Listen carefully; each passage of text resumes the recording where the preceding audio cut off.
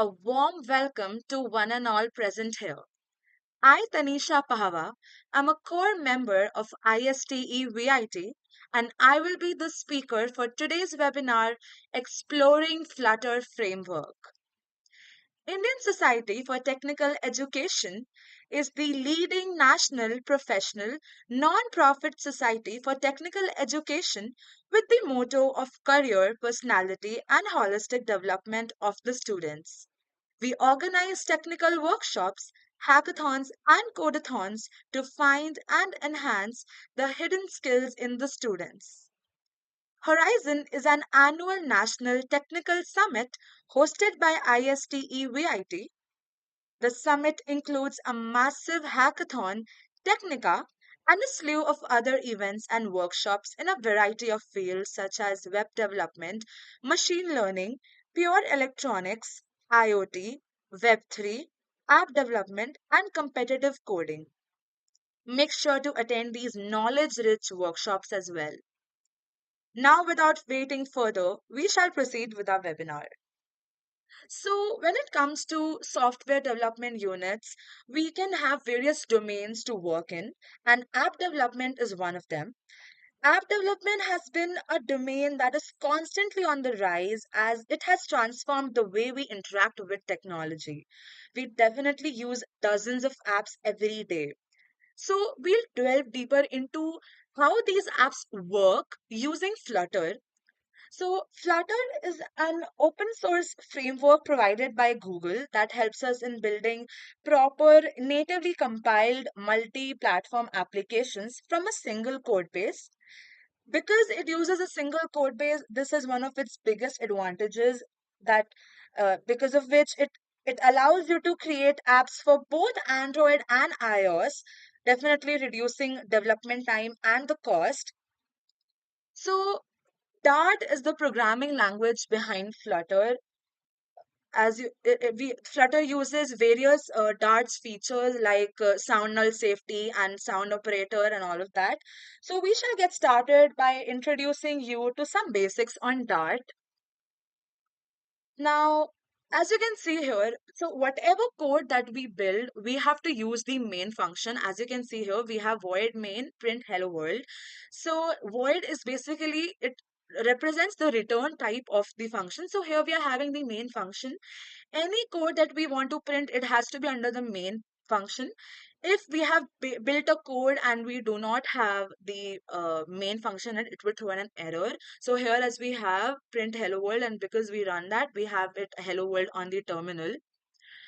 Next, we have the data types in Dart. Now we can explore various data types and to specify what value we want to store in a particular variable. So like here we have variables such as age and name, and we have defined int data type for age, that is the integer data type for the variable age, and string for name, and I have given them a value.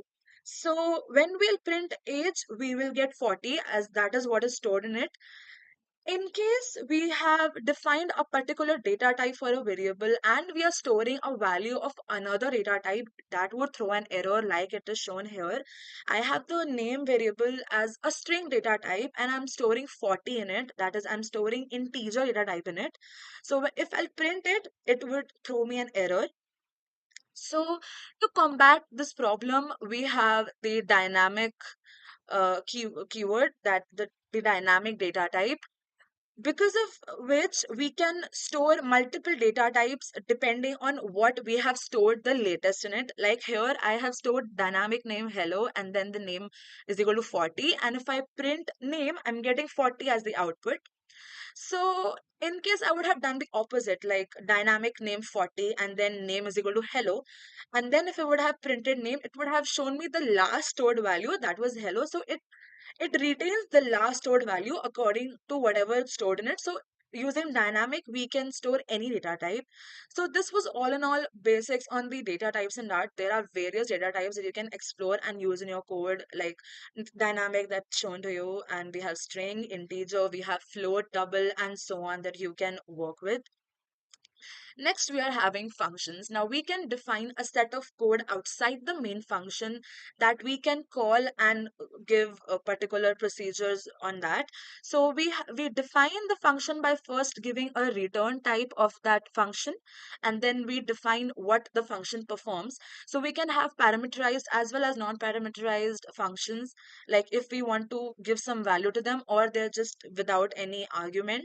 So here we have return hello. So it would return the value hello and it's also as of the string type. So in the main function, I'll make a variable p for onto which I will call this greet function and then I'll print p. So I will basically give the output as to what this greet function is returning, that is hello. Similarly, I can also have one-line functions where I just have to use the return type of the function name, the arrow, and then what the function would return.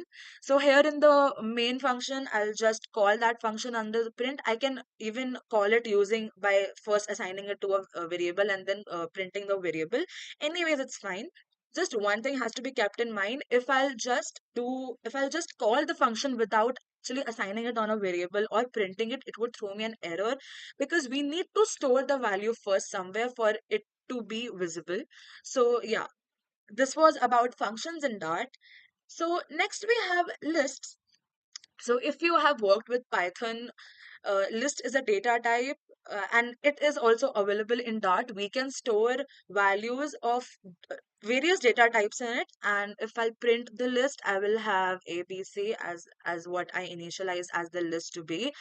I can work with various functions for the list like add or remove. So what the add function does is it would add the value that's assigned to the last index value of this list, and the remove would simply remove the value that's mentioned inside. So if I'll do these operations, I'll get the output as I can see here. D is added to the last index value and C has been removed. So we can use lists also in our programs. And so next we have classes. So if you have learned object-oriented programming, then you might know a bit about it, but no worries, I'll explain it as well. So suppose I have a general class, like I want to name something. I want a particular class in which, for cars, in which I want their characteristics to be either their model name or some ID that is assigned to them, or the car color or the description of their car or something like that. I want to use particular objects from that class of cars. So this is what object-oriented programming is about, and that's why that's what we use as class. We use classes in Dart as well. So I've created a class car with its characteristics as model or ID, and I've initialized a value to it.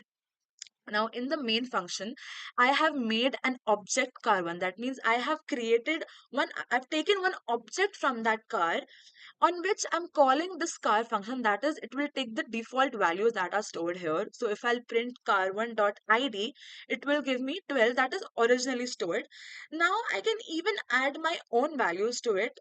Like suppose here, I have to create constructors for that. So basically constructors are nothing but they are functions with particular parameters that we can pass on to the characteristics of a class.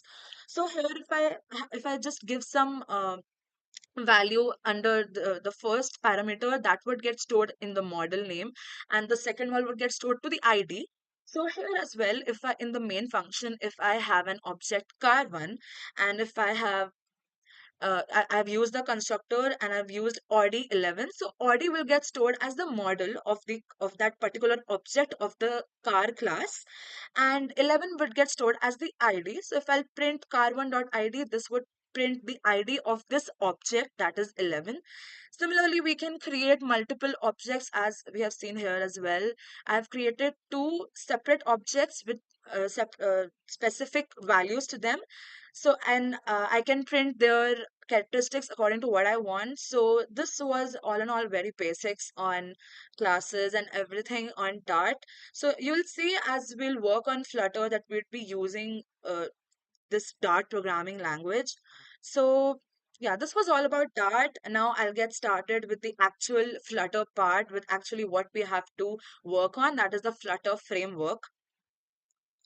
So for that, first you need to do is install install Flutter. So according to your device, if you have a Mac OS or if you have Windows, you can follow any installation guide. Make sure of the system requirements, and then download Flutter zip file and just follow this documentation. You need to update your path, a very important step for working with Flutter, and you need to download Android Studio. Actually, you can work on Android Studio or Visual Code, anything that would be feasible for a system.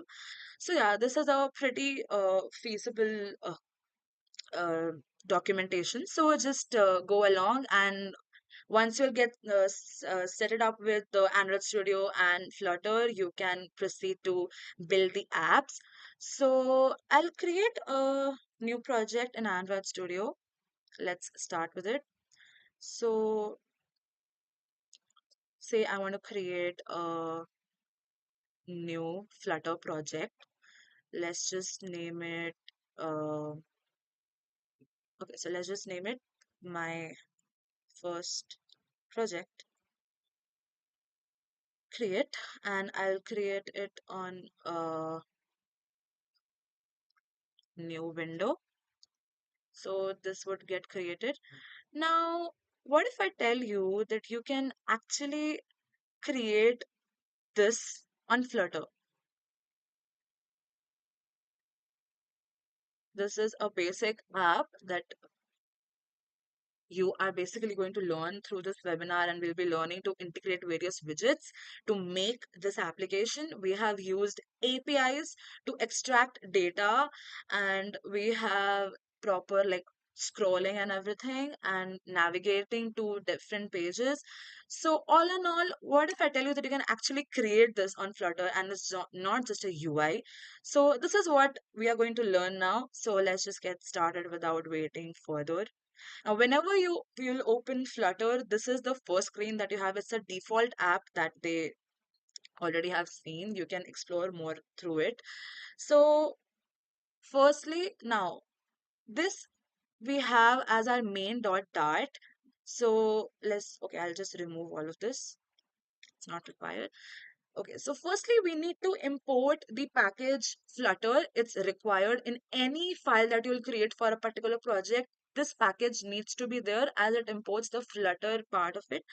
Now, again, as it was instructed in when I was explaining Dart, that we need to have a main function, and under this main is basically the running of the application works. Also, this run app, what this does is it extends a widget. It extends the app that we are finally going to make. So we are running the app, my app. So I'll create a class called my app, and I'll extend it to a stateless widget. Now there are two types of widgets, a stateless widget and a stateful widget. Stateless widget is basically where it does not depend that if you have refreshed, or basically it does not depend on the state of the page.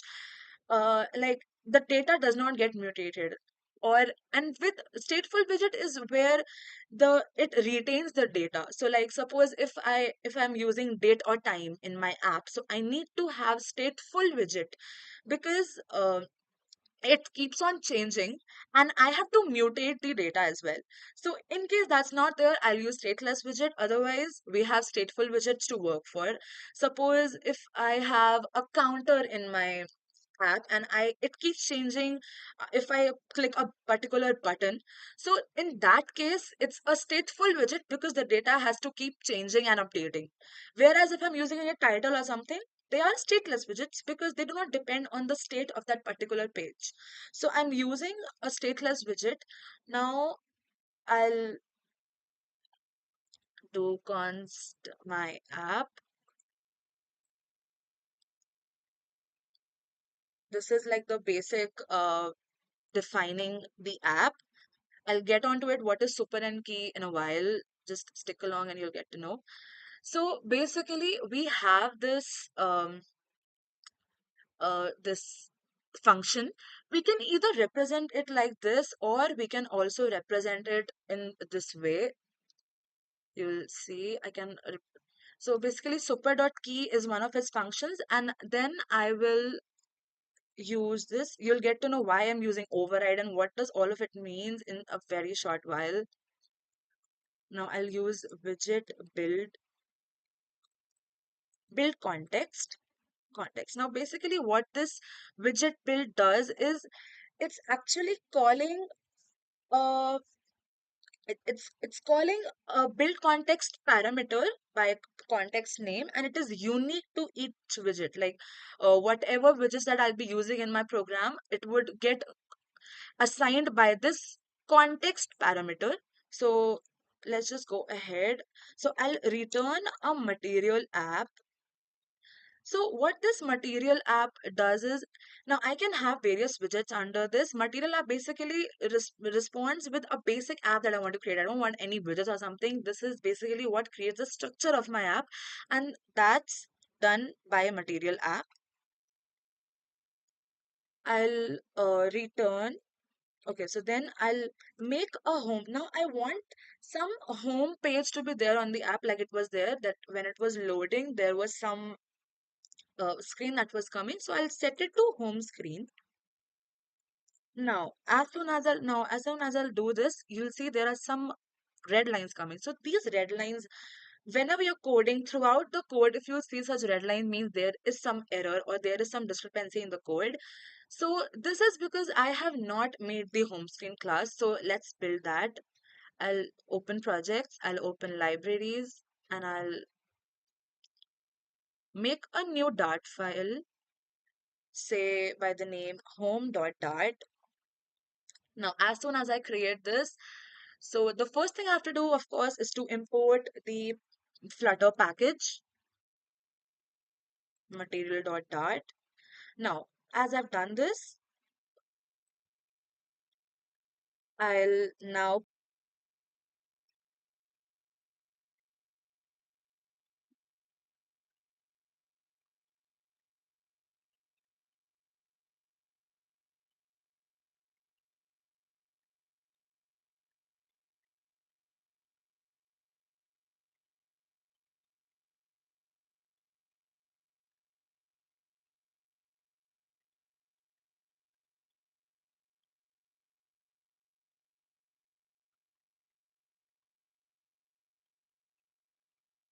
I'm sorry for the halt.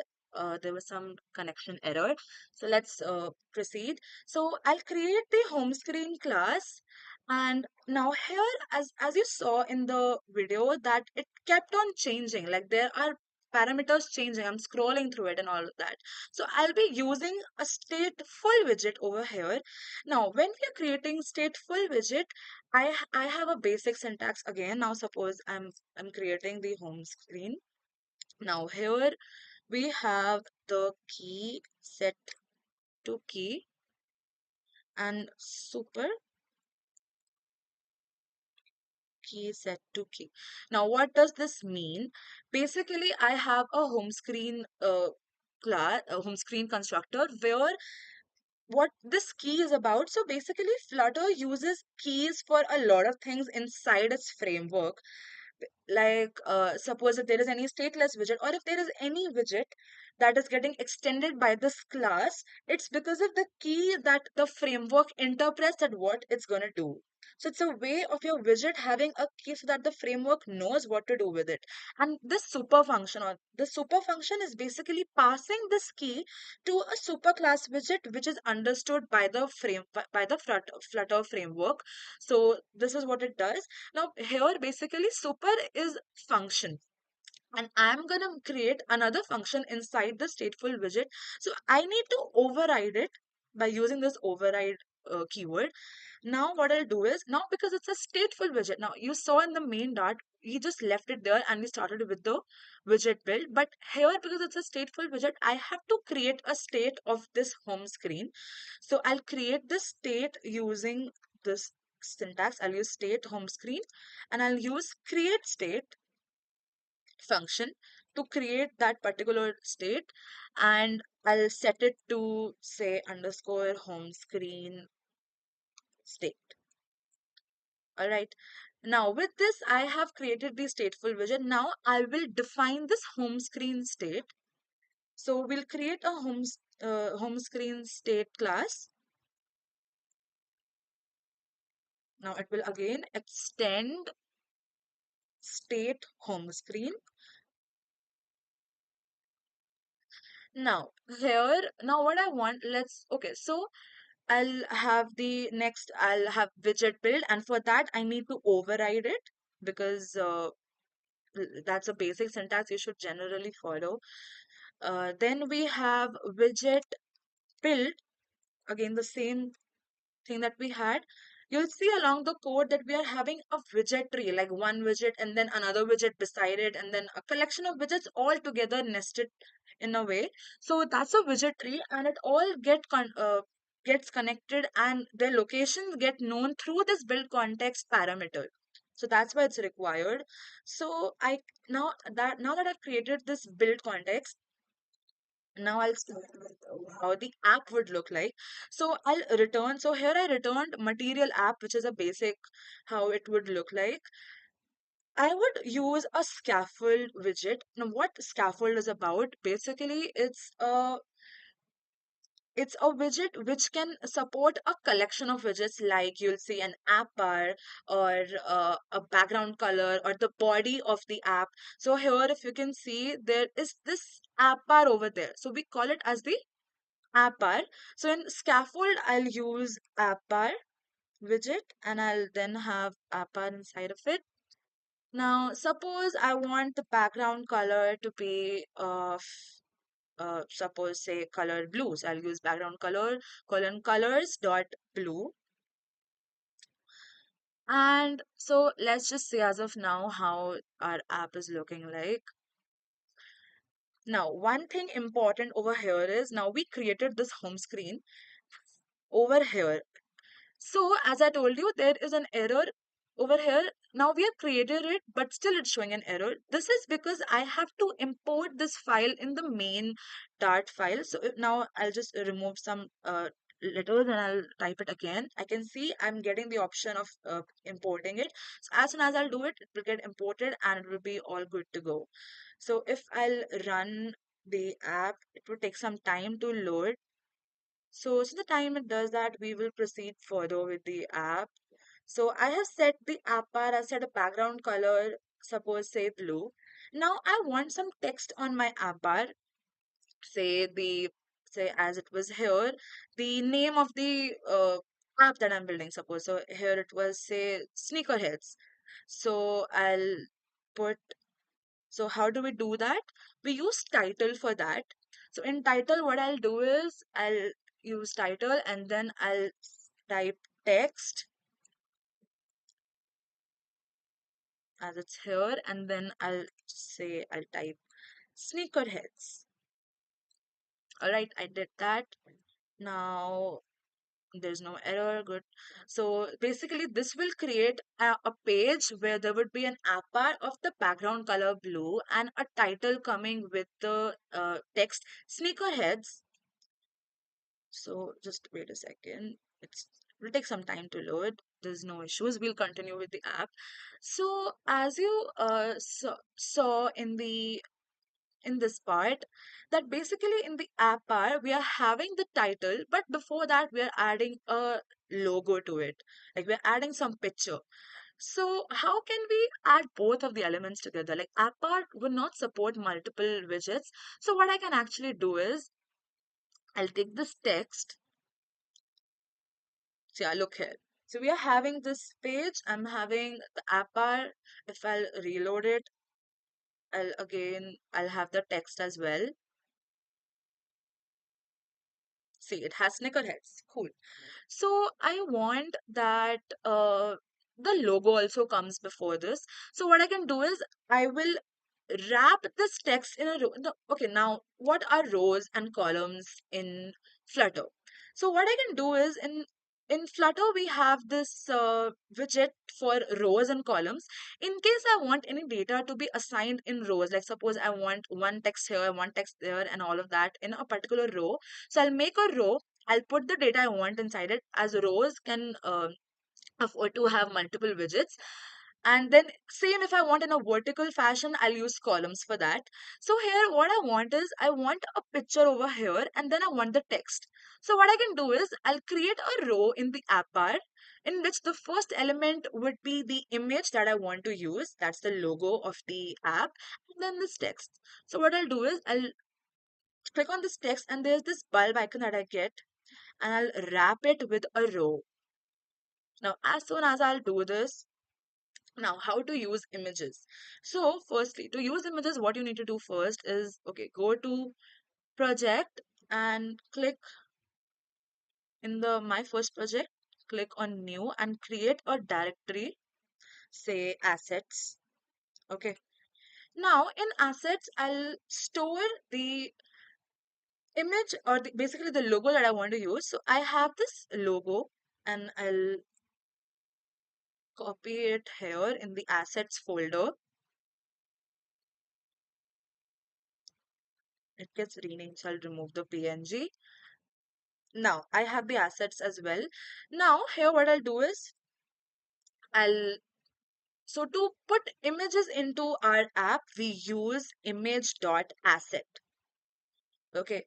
Now as soon as I'll do this, all I need to do inside is to put the URL of the basically the file where I've stored. So I'll type assets slash logo.png. As you can see here, the name of the file is logo.png. And yeah, and now, as soon as I'll do this, now let's see what happens. Now, if I'm doing this, I'm getting unable to load asset. Now, why is this happening? Basically, when I'm having this image, it's not that I just have to do, I can stop here. I have to also update pubspec.yaml file. Now, scroll down, you'll get an asset name. Yeah, you need to uncheck this. And here I'll add the folder or the file name that I want to use in my code. So I'll put assets and then I'll click on pubget.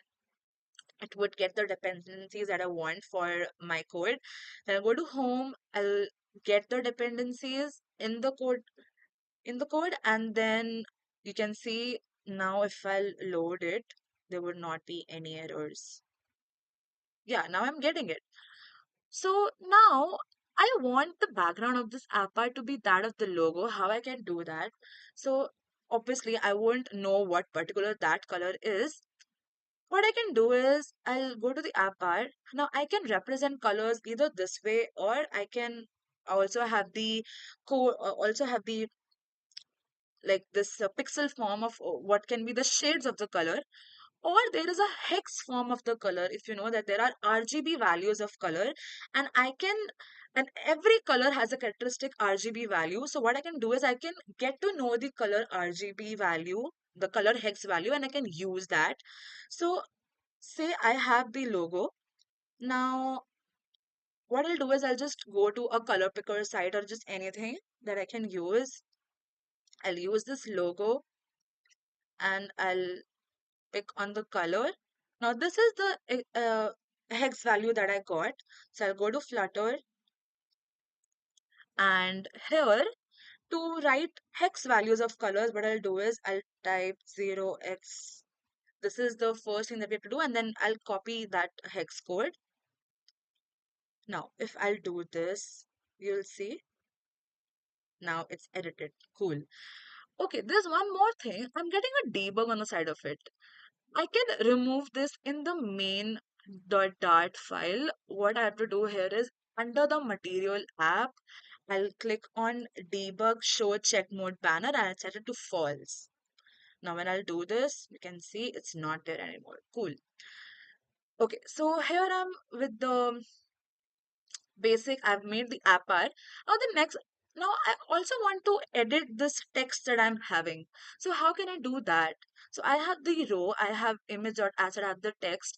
Now I want the title to be a bit like of some style. So I have a widget under the title that's by the name title text style. I'll use the text style widget inside of it.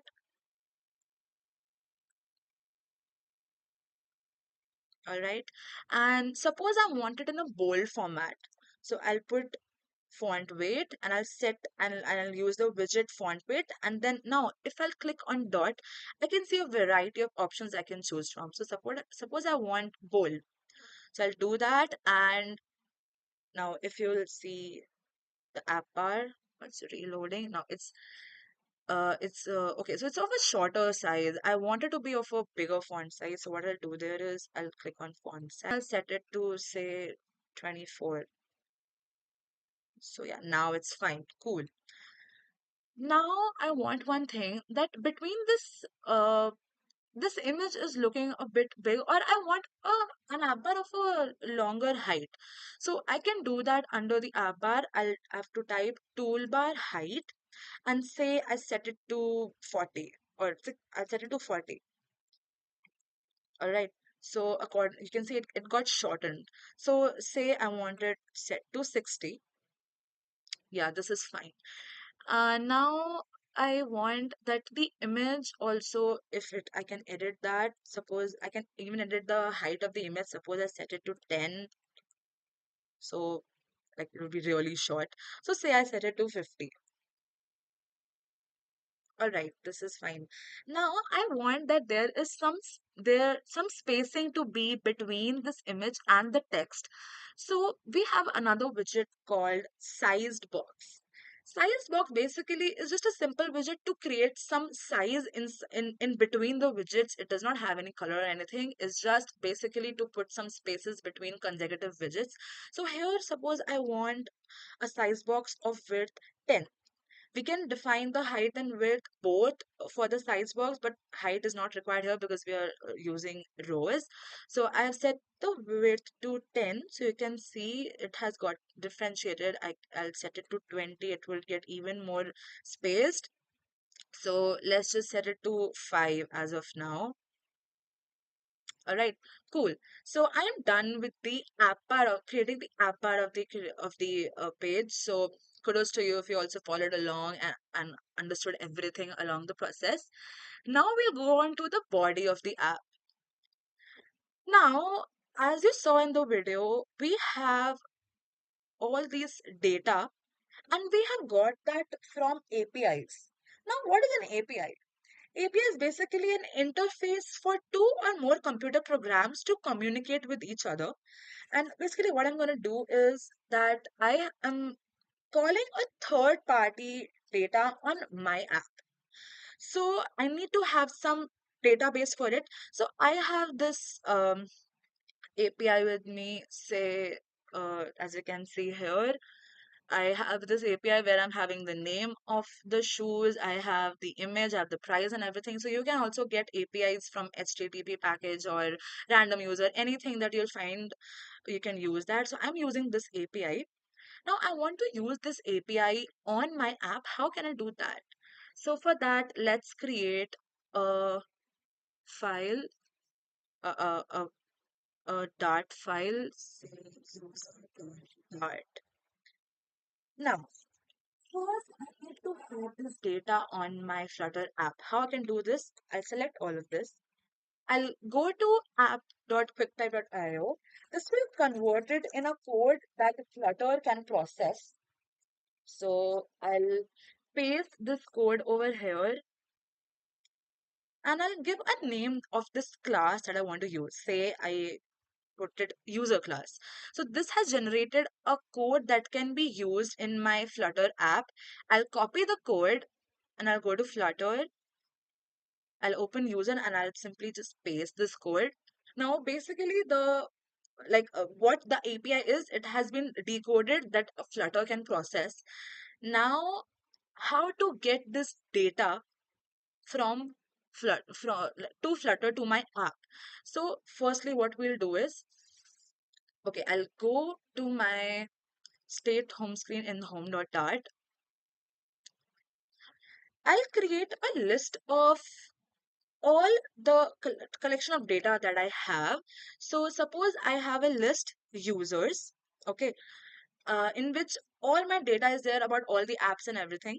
So now what is the type of that list? So it is of the type of this user class, right? So I'm going to define the data type of this list as user. Now this value can also be null. So I'm representing it through a question mark that it can also be null. And I'm creating a variable called override.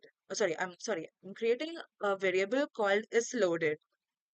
Now, what this is loaded is used for, you'll see that in a couple of minutes. Now, next, what I'm going to do is, now, as you saw, the moment I reloaded the app uh, over here, as you can see, it immediately fetched me the data from the API. So it's not that I have to click on any button or something. So how can we do that? I'll override a function and I'll call the init state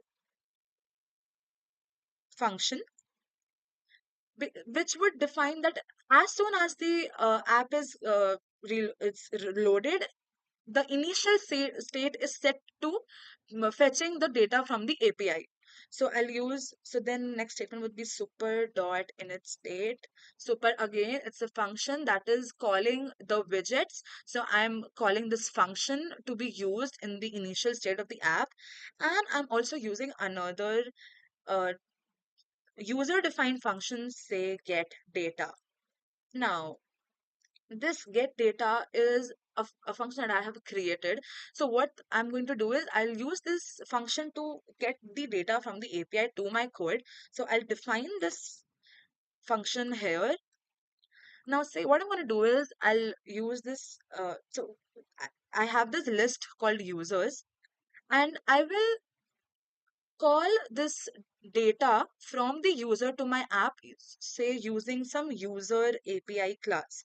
So let's create that class. I'll create a new Dart file, say user API. All right. Now, how am I gonna fetch the data? So firstly, we will import Dart colon convert. Now, what this is for? Basically, Dart colon, it contains encoders and decoders for converting between different data representations. So as we knew that like in the API it was of a different form, and for it to be converted in Dart we need to have this package imported. Now I will use a class. I'll create a class user API, and now what I'm going to do is I have to fetch some data. So I also need to have a package http slash http dot dart http. Now, why is it not recognizing? So I need to have an http package here. What is it doing? Basically, a HTTP client is required for communicating with the HTTP server. You'll see I'll be using client over here. So I need to have a client to receive and send data. For that, go to the http dot package, you copy this code, and then you need to set it on the pubspec dot yml. Go to your Flutter project. I'll go to pubspec.yml and I'll go to the dependencies, and here I'll copy it. So if I'll click on pubget, it would not show me any error. All right, so I have this user API class made. Now we'll proceed through with it. I'm sorry, we have to use curly brackets. So I'm defining a function inside this user API class, say fetch users. All right. Now what this function performs. Now, firstly, I'll make a variable called client that would, and then I'll type HTTP client. Now, again, what this statement does is it's creating a client to communicate with the HTTP server. So basically calling the data from the API URL that I had to the Flutter application. So here I'll send HTTP requests to run the HTTP server and receive responses. That's what the client is about. Then I'll create a variable called URI where I'll go URI dot parse. Now here, what is a URI? URI basically is a uniform resource identifier, right? So it has names of all the sources connected to World Wide Web, which we can eventually parse. Now, what does parse mean? See, parse in normal English, it means to divide a sentence into parts and identify the parts and their relationships with each other, right? So that's what we're doing here as well. We'll take the URL that we have and it will get divided and identified into different parts where Flutter can uh, like access the different parts of the API and the database. So I have this API. I'll copy this URL and I'll paste it over here. All right. Now I'm gonna have a final response variable. Now, what does final means? Final is also a data type. So what does this final represent is that this variable must have an initialized value and this value cannot be changed. It gets stored. Now, what I'll do is I have the client. I'll get the data of using the URI that I have. Now, how to repeatedly get data from one item of data to till the end of the API. So what I have to do here is, first of all, we need to define the return type of this fetch users function. So we have the list of users, right? So we need to have a list user data type that it is returning in that way. Now we also have to use a future keyword over here. Now, what does this future means? Future basically means that it's an object it would represent an object that represents a value that is not yet available but would be available at some point. Now, whenever I'm using future, I have to use two important keywords that are async and await. So you'll see what they mean. I'll use async here and await here. Now, what do async and await mean?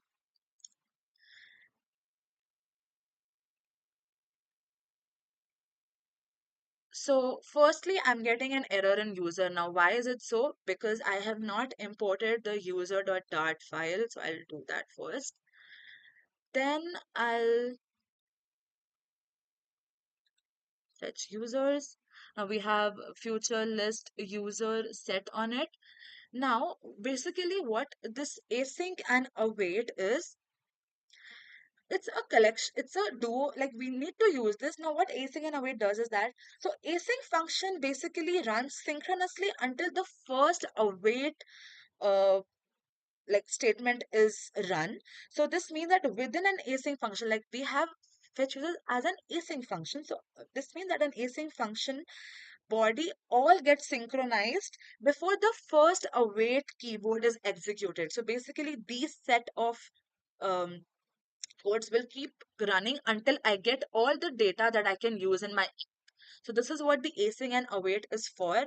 So what is happening basically, I'm calling the client, I'm receiving the responses through this URI and I'm storing it all in the responses. And this is going on until we have this await function going on.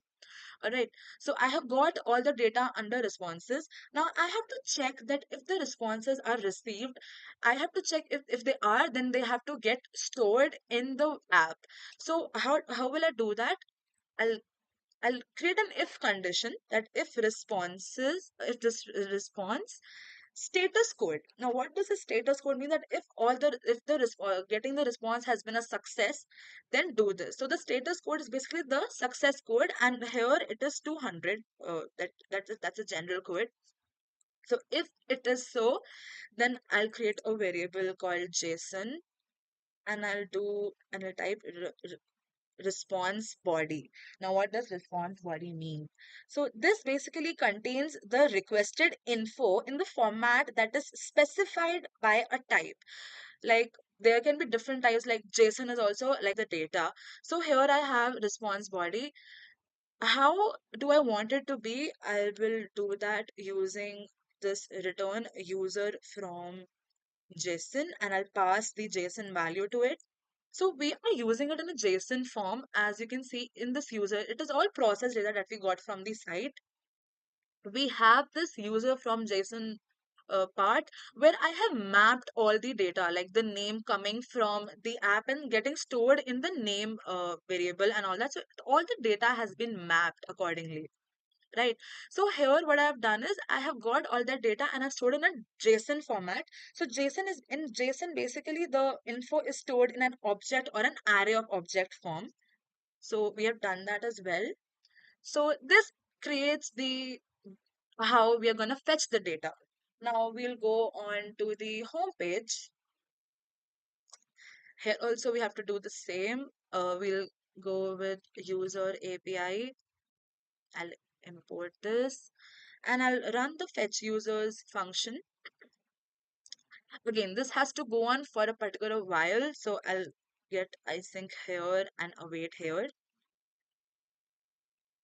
Now, this is getting stored in a list that is known as, what if the user list, because we specified here, right, that what if this user is null, right? So that I will check by if users is not equal to null. That means if there is some value that has been stored in the from the API, then you have to execute this. The users is not here, so we will import it. Yeah, now it's fine. So if users, this list is not null, then we will set a system. Now we'll set a state where we are doing is loaded is equal to true. Again, why we are using this, you'll see this in a couple of minutes. Now that we've done that, we'll go to the main part of here. I'll create a body. So now we will learn how to basically get this API data. Okay, so I'll use a list view keyword over here. Now, what is a list view? Here, as you saw in the app, that I can scroll through it, right? So list is basically the widget using which I can scroll through the data and have multiple widgets combined all together without repeating the code again and again. So I'll be using list view, and then I have to use a builder keyword for this. Now, after this, I'll have, say, I have an item count. Suppose I want the data to be repeated, say, 5 times.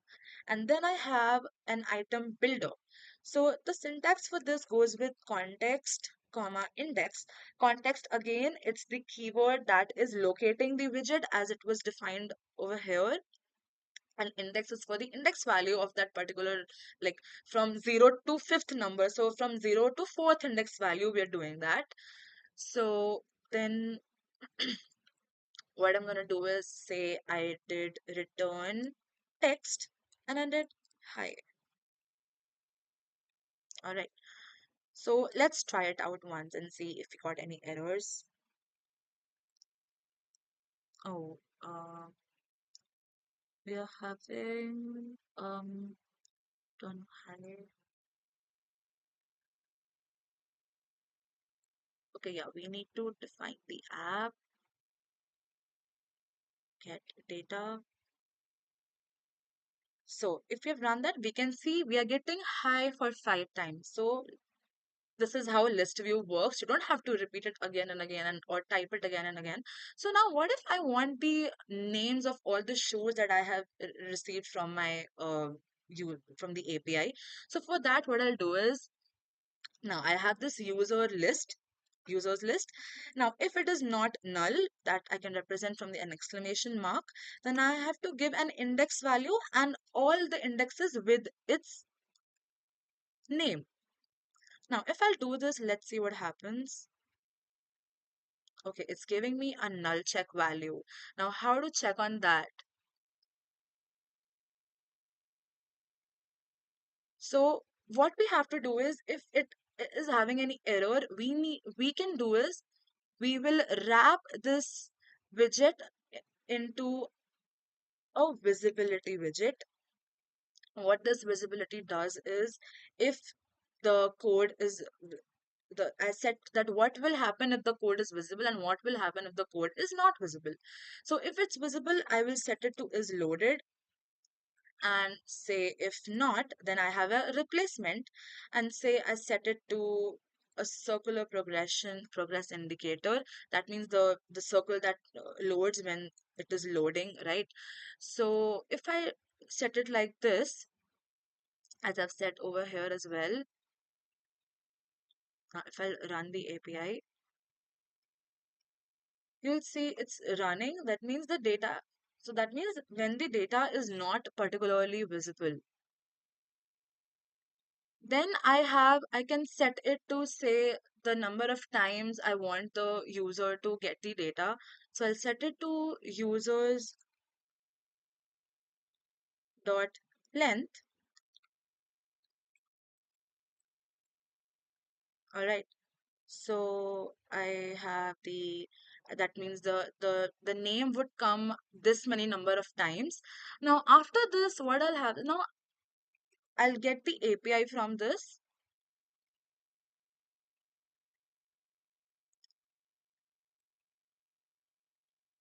Now we have fetched all the data, we have got it stored in the home page as well. So now what we basically just need to do is, it will return in a normal fashion, and I'll wrap all this data up in more interesting way where I can access the UI and everything. All right. So we have different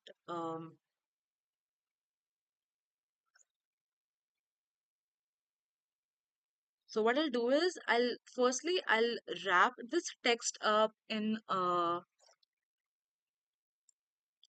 column form. So I have this, I'll wrap it up with a column.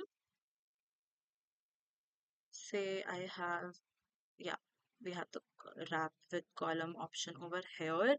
Now in this column, what I'll do is, so basically it will set the data in a single function.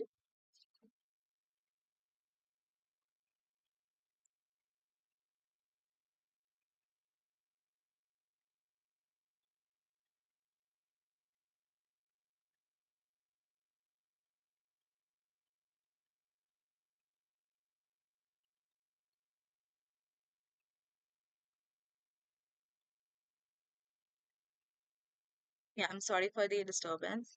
Yeah, so I'll wrap it up in a column. Now, what I want is that when I'm clicking on the okay, firstly, I'll set a cross-axis alignment. That means when I'm returning the column, everything is from a particular alignment. So I'll set it to cross-axis alignment dot start. And now, say I want that whenever I'm clicking on the text, it is no, navigating me to another page. So we can use various stuff for that. We can use an elevated button or a gesture detector inkwell. Here we will be using an inkwell. Now what this inkwell does is, now we will also learn what an elevated button is in the further part of the webinar, and then I'll explain what's the difference between the two. Now if I'm clicking on tab, like basically when we're clicking on that inkwell option, what is going to happen? So basically I'll set it like uh okay, yeah, so it will set I'll get a navigator dot push, as I have, okay, wait a second, I have an inkwell and I have an on tab as here. Now how I'll define that, I have a navigator keyword that is basically to navigate from where I am to where I want to be. So I'll push that statement into the context that is again to locate the widget. And then I use material page route, that we have to route the page to. Here I'll have builder, and then I'll store the context in it, and I'll go to a page that has the, like as it was shown here, that it is having another set of pages as I navigate, where I'm having the description, the picture, and all of that. So let's create a Dart file for creating the next page of the app. Let's say I'll name it as second page dot Dart. All right. So as I'm creating the second page, again, I need to import the package Flutter. So I'll import that, material.dart. All right. Now here I'll create a class. So say I navigate it to some class that I've mentioned here. Suppose I just name the class as say shoe1. All right. Now it extends again. It is retrieving data. It has specific data. So we will set it to a stateful widget, and we will then now what we're going to do here is that we'll create a shoe1 constructor and create a widget inside of it. So I will mention it here. I'm creating a constructor, and then I'll be requiring like what all data am I gonna require. So we do that using required this dot name. So we have the name, and suppose in the next page I want the say I want the image uh, of of the shoe. I want the price. I also want the description, or I want the brand, and I also want another thing that we have, that's count in stock, how much of the stock is left. So as we do this, now you'll see there are some errors right now, but they would get rectified with the next code that I'll type. Now here I'll define what this name and everything is. So as I'm doing this, see, this has got normal. So string image in, suppose I want in price, I want string description, I want the string brand, and I want the int of count in stock. All right. So I have all these data. Now this is a constructor inside of it. So I need to, if I need to use any another function, I have to use override, and I'll create a state that we normally do for stateful widgets. I'll create a state for shoe1 using create state, and then I'll name it underscore shoe1 state. Now again, next I will define this shoe1 state extends state of shoe1.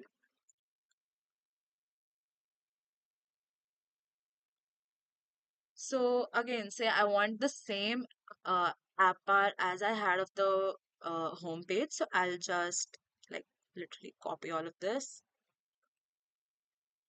and so firstly, what do we need to do? We need to have a widget build, right? So we will have a widget build, build context, and then here I'll return scaffold again, and I'll paste this code. Okay, okay, this was the error.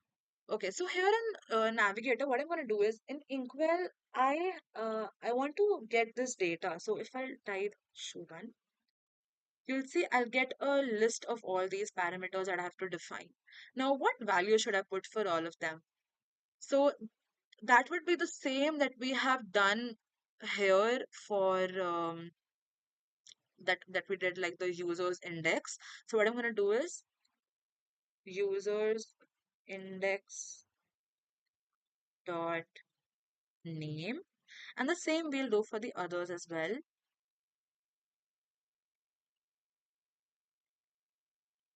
for price, for description, for brand, and for the count in stock. Now, as soon as I'll do this, yeah, so this would navigate me to a separate page.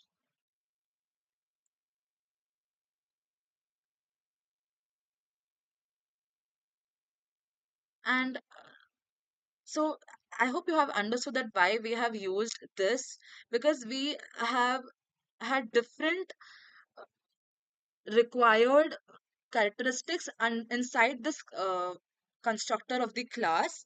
So I'll try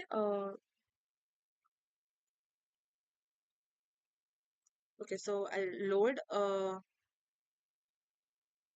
API over here, webinar test.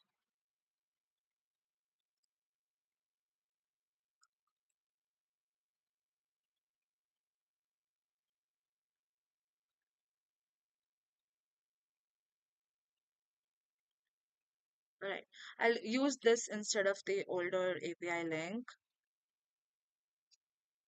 I'll go to user underscore API and I'll change it over here. All right. Oh, I'm so sorry. So in the home page, sorry, we have to edit it this way. Now, as we're doing this, okay, before the text, we need to have a comma. In the second page, under 44, we need to have, yeah, we need to have a colon. So now, as I'll do this, now it's loading, and accordingly, we'll get the values that I can navigate to another page. So I have got the data from that would get navigated whenever I'll click on the inkwell option. So how to get it over here is that I will use this inkwell and I'll put the text inside of it. So like in the home page, I have this inkwell and I'll create a child. So I have this count in stock, then I have the shoe one, and then I'll be done with the type.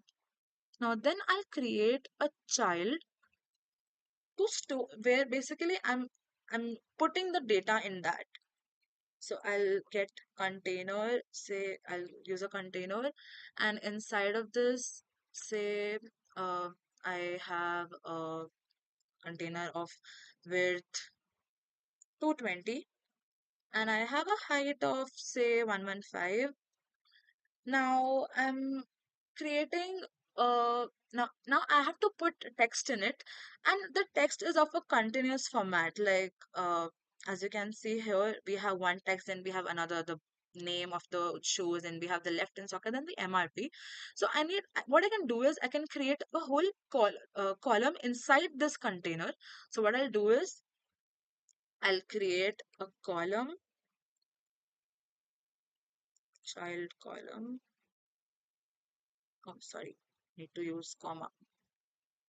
Alright, so I'll create column, and now here column can take multiple children. Now what I'm going to do is I'll use uh, the text form and I'll put the user's index value on it. Now as I'll do this, okay, sorry, not here. Yeah, so this is done. I'll remove this off. All right, so we have created a column where firstly we are having the text. Now inside this container, just for reference, I can even like create a box out of it, but like I would rather like want to have it without the box, so I've just left it like that. So now I can adjust the spacing of the container using padding. Now what does padding means?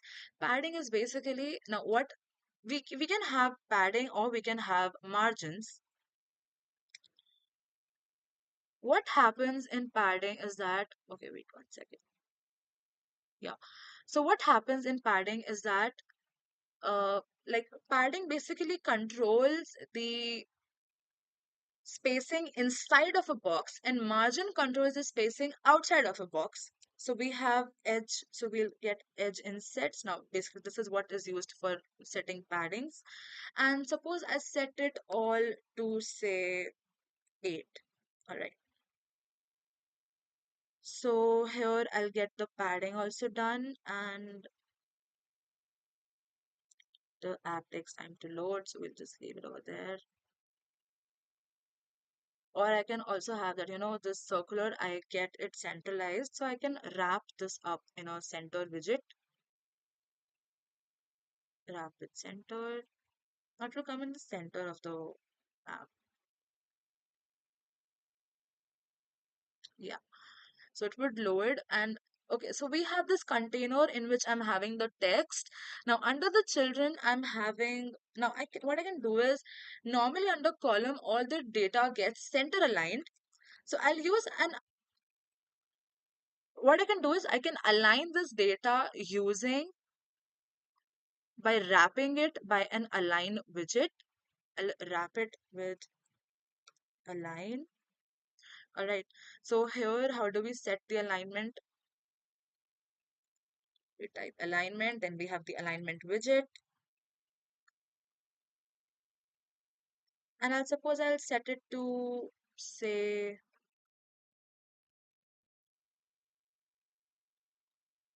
center left. Okay, so it's set by this.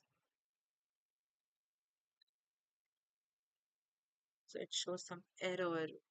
That is because we are using a mixed field. Okay, we'll figure that out. So I can align that data accordingly. And I also have a child inside of this text. Now we're having this column, we have align inside of it, and we have child for that. Now I can edit the text that I have using text style again. So I'll use style widget and I'll set it to text style. Now what I can do is I can set some font size. Say I want 15 for the brand and I want some font weight, like I want it to be bold, that I did for the app bar as well. So I set the font weight to, okay, say I don't want to be absolutely bold, so I can use W500. All right. As soon as I'll do this, I'll be through with design by setting the UI, like the text UI as well. Now, what I want is now we only inputted the brand over here. So as it was shown here, first I want some image to be there, right? So what I can do is I made a column. I can create a row in which first item is this picture and then it's this text. So what I'll do is I will firstly, yeah, what I'll do is that I have this column. I will wrap it up in a row. Now, when I wrap it up in a row, firstly, what I can do is I can have the picture as well. So in this row, I'll put children. So the first thing I'll have is a container. This container would again have the like the size of the image that I want. So say I want the image size, the height to be 150 and also the width to be 115 and okay, also the width to be 115. And then I will put the image. Now, how to use API images in our app? So we use image.network and again the same users exclamation index dot image. All right. So it would give me the image and then suppose now what happens is that a column or an area can vary accordingly from what emulator that is being used, like according to the screen size of the emulator. So what I can do is we have a widget called expanded which would adjust the sizes according to what emulator is being used. So in case if it's a small screen, that the container and the column would get accordingly placed, and if it's a larger screen, then it would get like accordingly it would get placed itself. So here I have the inkwell in which I'm using the child container, that if I'll click on this container, it would take me to the next page.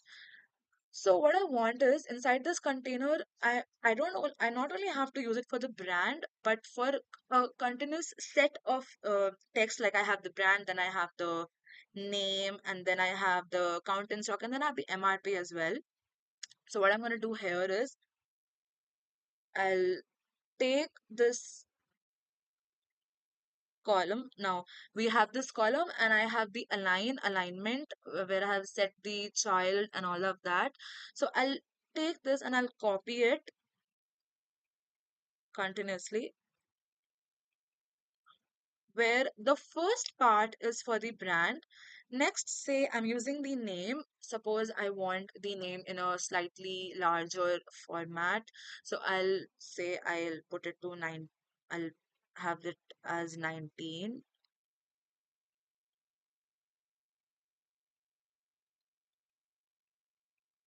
And then suppose I want to get the now next thing I want to get is the count in stock.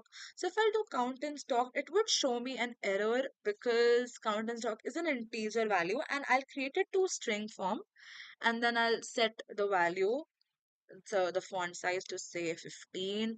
Then again I'll get the price and I'll set and then get it to string, and suppose I set it in a slightly larger size, so let's say 20. All right, now I can even change the color of the text using color widget, where I'll type colors dot gray and I would get the value, and I particularly don't need any um like font value for or like font weight for this, so I'll just remove this off. All right, now I want the name to be of a slightly bolder format, so I'll have it in bold, and I'll have the MRP say in 900. I want it to be of a darker font. All right, so if I want some text to be written before this data, what I'll do is now I'll click on quotes and I'll type left in stock. Suppose that's what I want for this particular data. I'll close the quotations and I'll put a plus sign, and then it'll be fine. And suppose for the, okay, wait, not need this. Suppose for the same I want for the MRP. So I'll be doing MRP, sorry, I'll be doing MRP in INRs plus. So this would create the basic, so we have all in all everything over here. We have the rows in which firstly I'm having uh, the image, and accordingly, according to the API, I have the inkwell when I'm navigating to another page, and I have a container with columns that in which I'm having uh, different texts for each and every part. Like I have one for brand, then for name, then for the count in stock, and the price as well.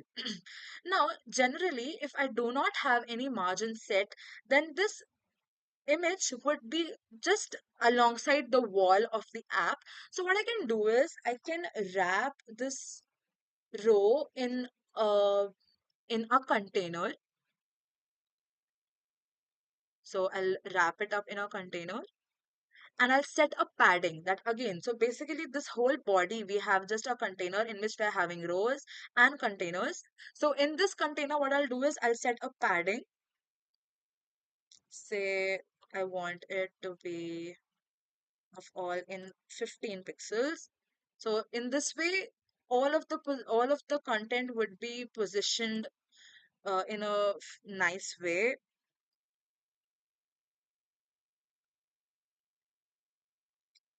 And we are all in all almost done with the body of the app. It would look like this. Now, with the next page that we want to build, what we'll do is, okay, so we'll go to the next page. Here we are already having the app bar. Now I want to create the body again for this second page. What I'll do for that is, okay, so after the app bar, I'll create a body and I'll create a center So I want the picture and everything to at the center of the body part. So I'll have a center widget. Now center only takes a single child.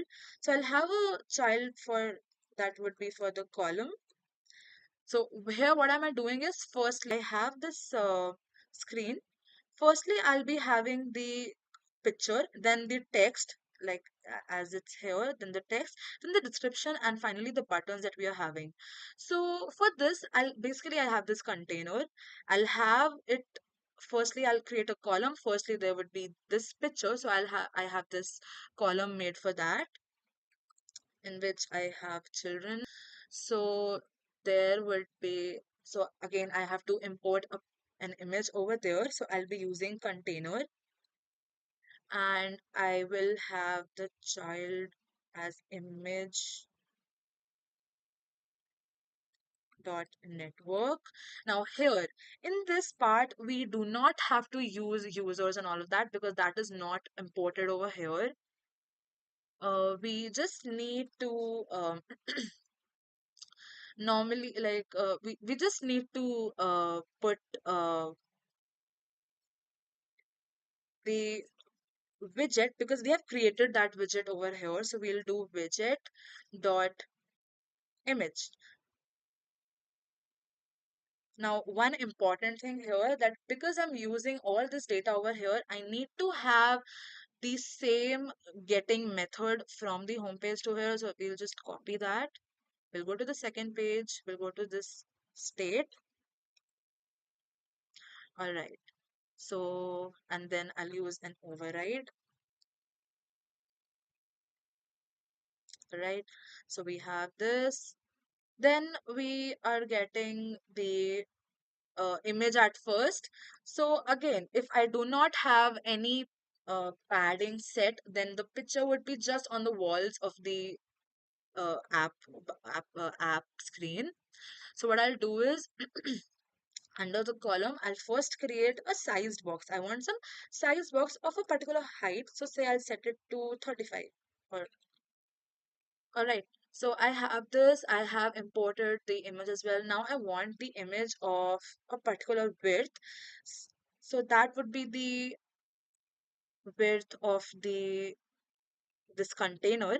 Now how to set the width in a way that I'm not actually using size box or the width of the container. I'll use media query. Now what is what does this do? I'll use media query dot of context dot size dot width. Now, what this will do is this context that is used to locate this widget, it will take its media, it will take the size of that, this particular widget and the width of it. Now, if I'll just leave it like this, the width of the image would be as long as the app is. That is, it would be too large. So suppose I want to shorten it to some value. So say I want it to 0.7. All right. No, it's not there. I wanted to say 0.7. Alright, so as soon as I'll do this, the child would be of such a width, the container would be of such a width, and the picture would accordingly get placed. So after this, we have close the container. So after this, what's there? We have the same thing that we have the text. In between, as you can see, there is some gap. Now I can use the divider for this. I can just set it normally or I can even specify some height that I want. Now, next thing that I'll be having is the text that I had, all of this text, the name and brand and the count in stock and the price and everything. So again, I want again if I'll just normally put it over here, it will just be sticking to the side of the app. So I'll use a padding widget over here. So say I want it to be of the form, sorry, I want it of the form like suppose I want this constant spacing of say as in sets, oh sorry,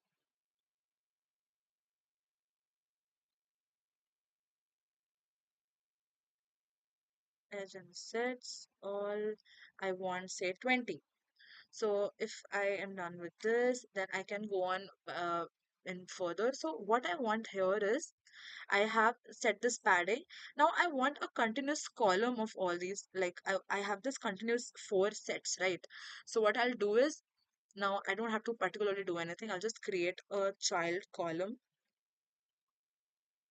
and I'll just use this data because it's just the same.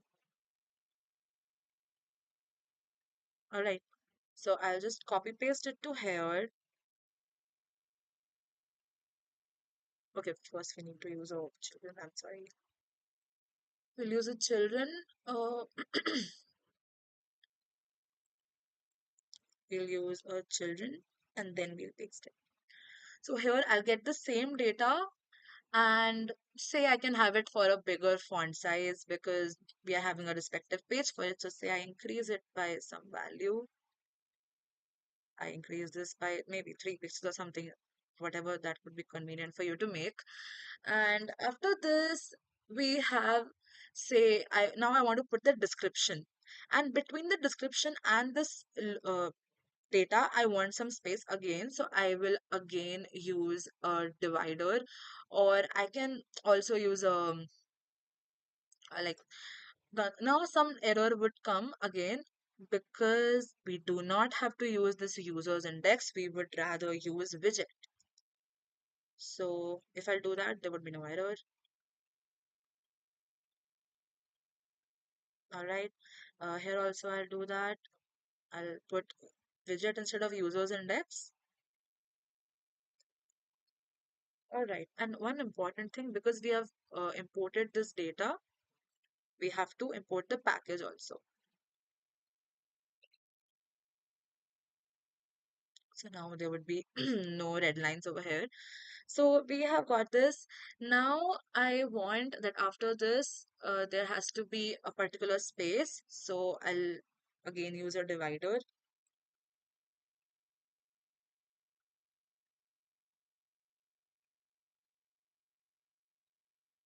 Oh, um, yeah, I'll use a divider of say I want a height of 40.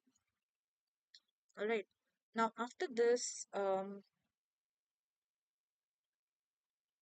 okay, so this would create a space between that part.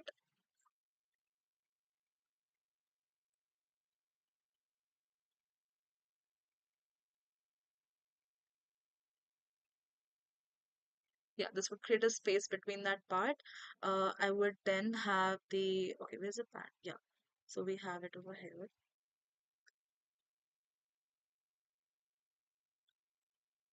Okay, now after the divider, again, I want some text to be put. So again, I'll use align.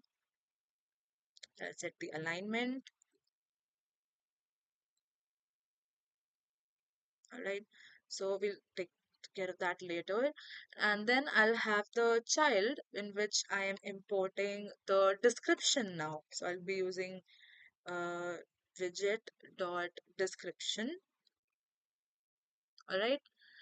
Again, I want some editings to be made. I want some like some font size increase or something like that. So I'll use text style and then I'll go on with the font size. Maybe I'll set it to 20. Okay, so this would give us the description of the page. Now, after this, what we are having is now these two buttons that are there. For this, now I'll get you introduced to elevated buttons. Now, what is an elevated button? What's the difference between an elevated button and and an inkwell that we used? So here we have, okay, so first of all, we'll go out of the padding. Now, say I want an elevated button, right? So I'll get an elevated button over here. Here we are not going to the specification like where it's going to go. So I'll just set it with say like we represent it by this. And now what the elevated button would type. So for that, I'll type here, say, add to cart. Okay, so this is what the elevated button is for. Okay, sorry, child text add to cart.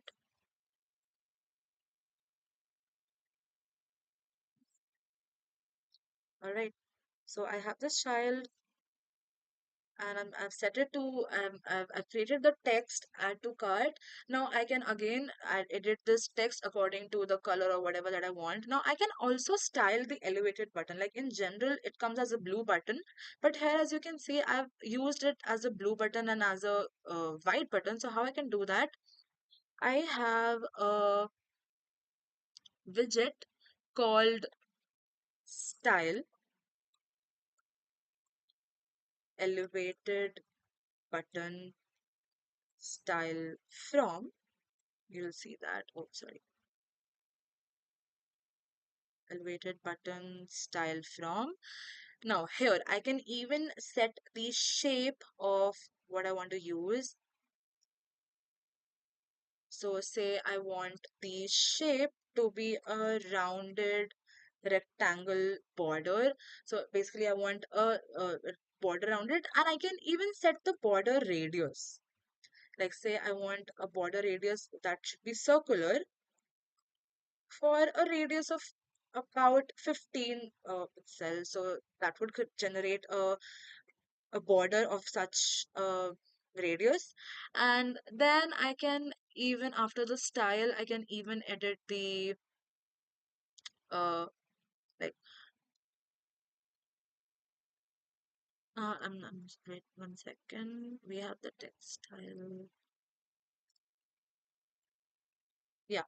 So after this, what I'm going to do is I can even set the color of the border of the elevated button. So what I'll do is that I'll go to the uh, now inside the style from only, I'll have another widget called as side, and I'll set border side, and I'll give it a color. Say I want the same color as that of the app bar. Okay. So I'll go to the app bar, I'll put it like this, and just copy paste over here. And I'll have the side of this particular color because of this widget. Now, after this, I can even set a size of the widget by using the fixed size. I'll be using size, and then now I can specifically mention a size with the width first and the height later. Or I can just use media query again, which can accordingly adjust according to the length of the screen. And we have size dot width over here. Now I want it to be, say, 0.4. All right. And then we also have to give it a height. So say I gave it a height of 50. And after this, I can also set a color of the elevated button. So I'll set it to colors dot white. Cool. So we are done with this. Now we have created one elevated button, but as you saw here, I want to have two elevated buttons alongside. Now what I can do for that is I will wrap one elevated button in a row, and this I am going to use again as the other elevated button also that I have to create. Instead of add to cart, I'll have it as buy now, and I can accordingly adjust the color and everything that I want. Suppose here I don't want any border for this. I just want it to be of blue color. Here I'll set the color to say the color that we had for the app bar. That's the color of the elevated button this time instead of the borders only. So this is another elevated button. Now again, this elevated button would be closely with the app um, wall. So we'll set it under padding. We'll wrap it up under padding. and I'll have it. So I don't want it to be from all the sides, but only from the left and right. So we can do that as well. For that, what you need to do is in Edge Insets, we'll click on from LTRB, which stands for from left, top, right, bottom. This would be 20, top, I suppose I want to be 0, right, I want to be again 20, and bottom to be 0. Accordingly, it will create. And again, I want the widgets to be in a proper alignment. So I'll use cross axis alignment, say dot center. Okay, so this would create two elevated buttons. I can even put a size box in between of this. Say I want a size box of now because we're using a, a constant a row here, so we'll just need to put a width. So say I need a size box of 20 width. And here we are through with the second page as well for the app. And so you'll see it would be like this, that whenever we are clicking on the boxes for the app, it would navigate us to the next page, which would have the image, the name, brand, and everything, the description, and the two buttons that we have. Now, one more thing is there in this app, that it is using some transition, as you can see, right? There is some sideways navigation to it. Now, I can use that as well. So for that, we need a page transition package as well. So we'll go to this page transition and I'll copy this package. Now I'll again go to PubSpec and I'll search for dev dependencies, which is here only, and I'll copy the code here. I'll click on pubget. I've got the dependency. Now I'll go to the home page and go to the inkwell. Okay, so here in the inkwell, instead of the material page route, what I'll do is I'll use page transition.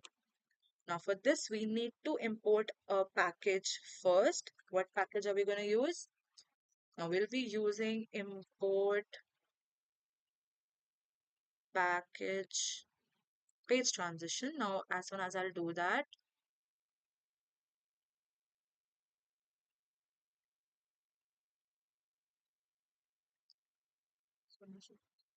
start. Now as the error should be gone. Okay, we'll update the dependency again.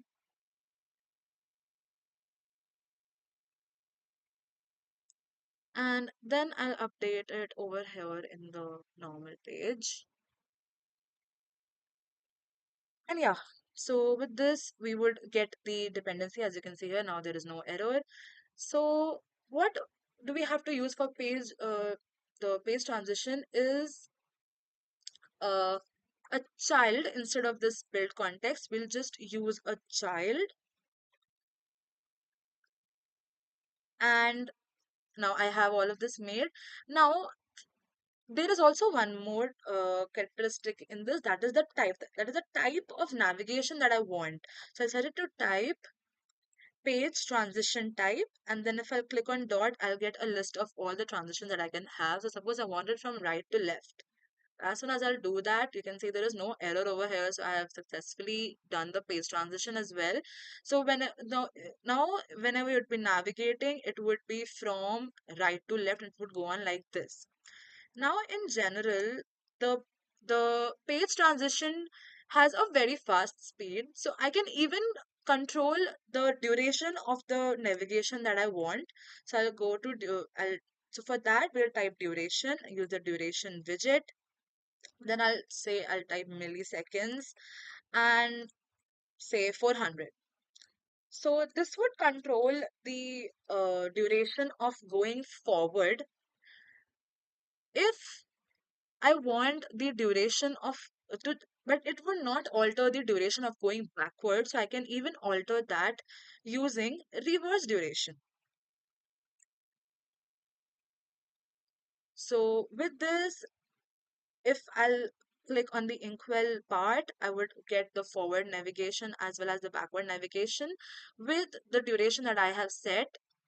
We will get all the API that we want. We would get all the data. We would get the description and everything.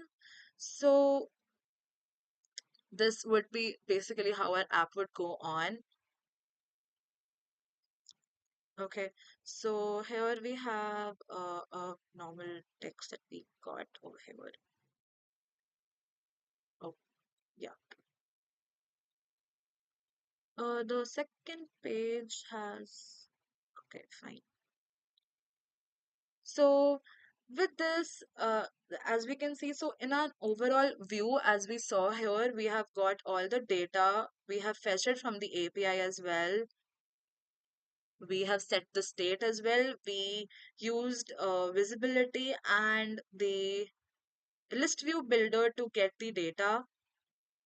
We have got the image, the brand, the name, the count in stock, and the price that would be required according to what we want to build in the homepage. And in the navigation as well, we have got the image, the respective title that I wanted, as well as the description, along with the two elevated buttons that we wanted at the bottom of the screen.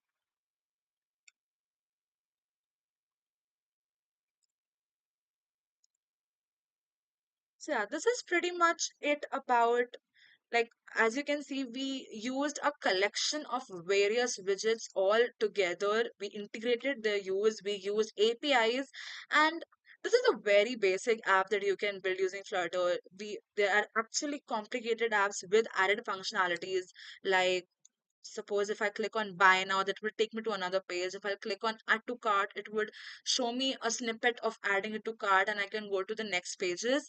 So all of that you can work on and build even more complex apps that that could be used over here. Uh, this was an introduction where you can see we have used various widgets. We have used we have a big widget tree. We have return container and all of that.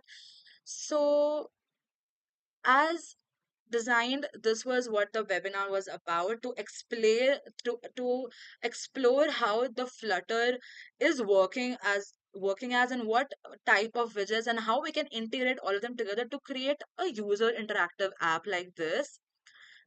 So that's pretty much it about the webinar. Um, I hope you all liked it. If you did, then just go and spam thumbs up in the chat. We would be coming up with even more interesting webinars from ISTE, so stay tuned for them. And this, and I hope you all liked it. If you have any doubts, you can ask on the chat. And I, this is my social media profile that you can follow, so we can stay connected and share ideas even more in the future. Uh, then an attendance and feedback form has been uploaded in the chat box. So I hope all of you would fill the attendance and the feedback form. We would really want to know what feedback you got from this webinar and what more made you to explore in Flutter. And to get more updates on the events conducted by ISTE, do follow us on all of our social media handles.